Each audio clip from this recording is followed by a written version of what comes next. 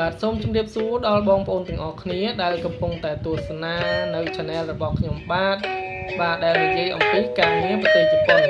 បាទនៅពេលនេះខ្ញុំក៏មានចំណេះដឹងមួយចង់ចែករំលែកដល់បងប្អូនទាំងអស់គ្នាឲ្យបានដឹងនិងបានយល់អំពីការងារពលករជំនាញប្រទេសជប៉ុនថាតើ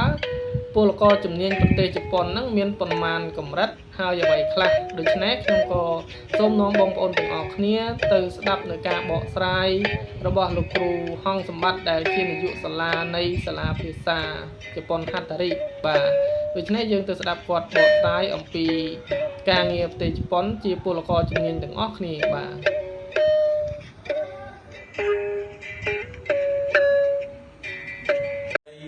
ក្រុមការងារយើងទាំងអស់គ្នាហើយក៏សួស្តីបងប្អូនប្រិយមិត្តទាំងអស់គ្នាផងដែរនៅថ្ងៃនេះសាលាហត្ថរិយើងមកធ្វើការពន្យល់ជូនបងប្អូនឲ្យបានយល់ជុំវិញអំពីពលករប្រទេសជប៉ុនតើពលករប្រទេសជប៉ុនវាមានប៉ុន្មានកម្រិតហើយកម្រិតនីមួយមានលក្ខខណ្ឌយ៉ាងដូចម្តេចខ្លះទើបអាចធ្វើជាពលករជំនាញបានខ្ញុំសូមឲ្យបងប្អូនមកទស្សនានៅការពន្យល់របស់ខ្ញុំជាមួយនឹងទាំងព័ត៌មានដែលខ្ញុំដកស្រង់ចេញអំពីក្រសួងប្រភពព័ត៌មានពីក្រសួងការបរទេសរបស់ជប៉ុនដែលបង្ហោះព័ត៌មានជូនដល់មហាជននៅលើពិភពលោកបានជ្រាបហើយនេះជាភាសាខ្មែរអញ្ចឹងសូមមកមើលអានទាំងអស់គ្នាសិនគឺពលករជំនាញកម្រិត1បាទលក្ខណៈសម្បត្តិស្នាក់នៅសម្រាប់ជនបរទេសដែលបម្រើការងារ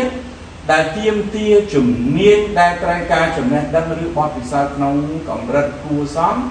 នៅក្នុងវិស័យឧស្សាហកម្មជាក់លាក់បាទពលករជំនាញកម្រិត2វិញលក្ខណៈសម្បត្តិស្នាក់នៅសម្រាប់ជនបរទេសដែល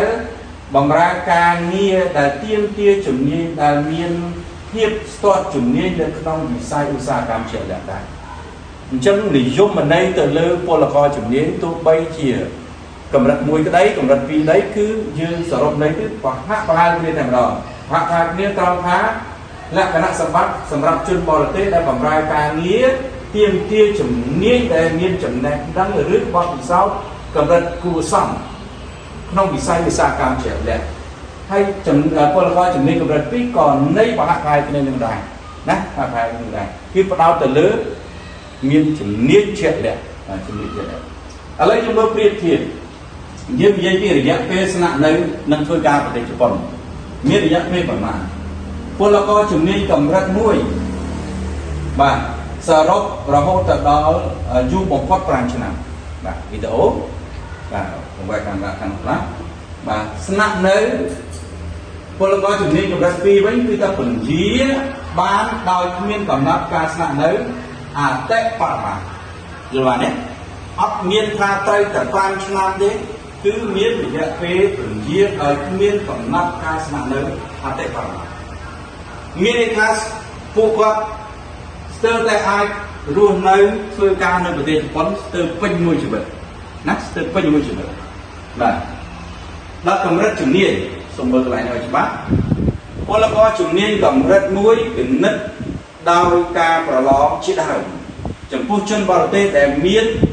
បានបញ្ចប់កម្មសិក្សាបាទជំនាញកម្រិត2គឺត្រូវបានលើកលែងការប្រឡងជាដើមកន្លែងនេះមានន័យថាពលករជំនាញកម្រិត1គឺពួកគាត់ពិនិត្យដោយការប្រឡងជាដើមប៉ុន្តែចំពោះជនបរទេសដែលបានបញ្ចប់កម្មសិក្សាកម្រិត2ការសិក្សាមាន2កម្រិត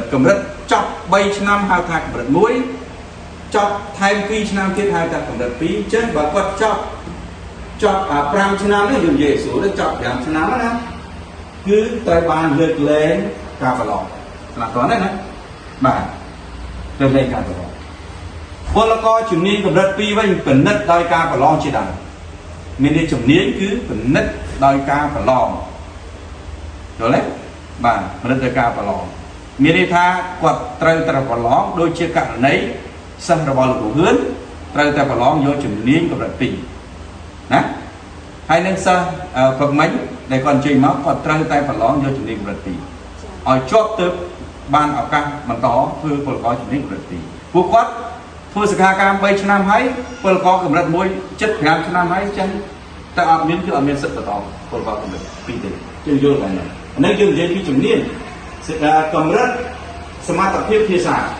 ពលករជំនាញកម្រិត1ពិនិត្យសមត្ថភាពភាសាជប៉ុនចាំបាច់សម្រាប់ការរស់នៅនិងធ្វើការដោយការប្រឡងជាដើមគឺពិនិត្យថាវាតម្លៃហ្នឹងតាមរយៈការប្រឡងជាដើមចំពោះបរទេសដែលបានបញ្ចប់កម្មសិក្សាជំនាញកម្រិត2បាទកម្រិត2គឺត្រូវ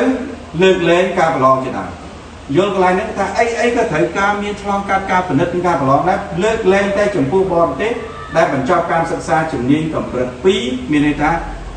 ធ្វើសកម្មបាន5ឆ្នាំបាទត្រូវបានលើកលែងការប្រឡងណាតើបាន5ឆ្នាំគឺគិតបទពិសោធន៍វិញគឺថាលើកលែងការប្រឡងពលករជំនាញកម្រិត2មិនត្រូវការតម្រូវពិនិត្យដោយការប្រឡង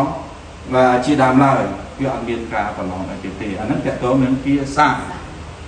មានន័យថាបើគាត់បាន N4 ហើយគាត់អាចតរហូតទៅបានមិនបាច់ទៅយក N3 ថែមទៀតទេយល់បានទេណាបាទអានេះលើកលែងភាសាត្រូវបានលើកលែងគេអាចយល់ថាអ្នកនំធ្វើសកម្ម5ឆ្នាំហើយឬក៏3ឆ្នាំហើយតប្រទេសជប៉ុនពលករជំនាញកម្រិត1 5ឆ្នាំហើយមកគិតភាសាញ៉ៃទៀតគឺខាត់ចំណេញទៅលើប្រទេសគេ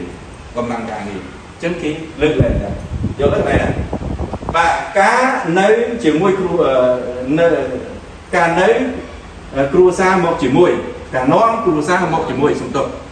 បើពលករជំនាញកម្រិត1ជាទូទៅមិនត្រូវបានអនុញ្ញាតទេ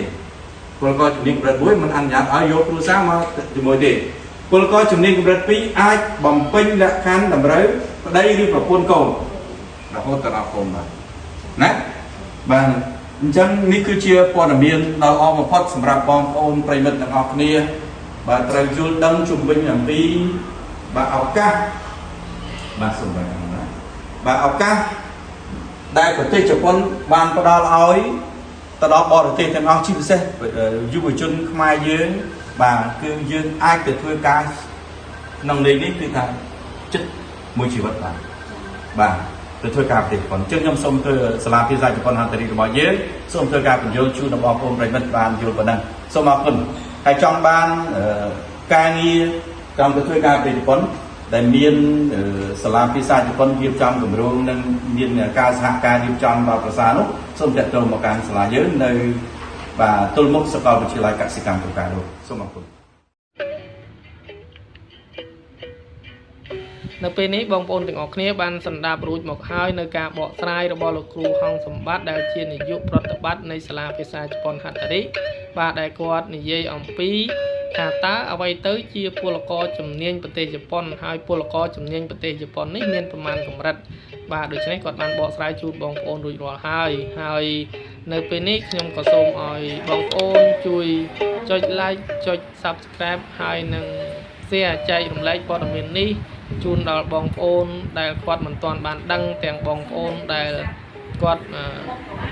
មានគម្រោងចង់ទៅធ្វើការនៅប្រទេសជប៉ុនក្តីទាំងអ្នកដែលបានទៅធ្វើការនៅប្រទេសជប៉ុនថ្មីក្តីដែលគាត់មិនទាន់បានយល់ដែលគាត់មិនទាន់បានដឹងបាទដូច្នេះសូមបងប្អូនជួយចែករំលែកទាំងអស់គ្នាបាទហើយបើសិនជាបងប្អូនណាមាន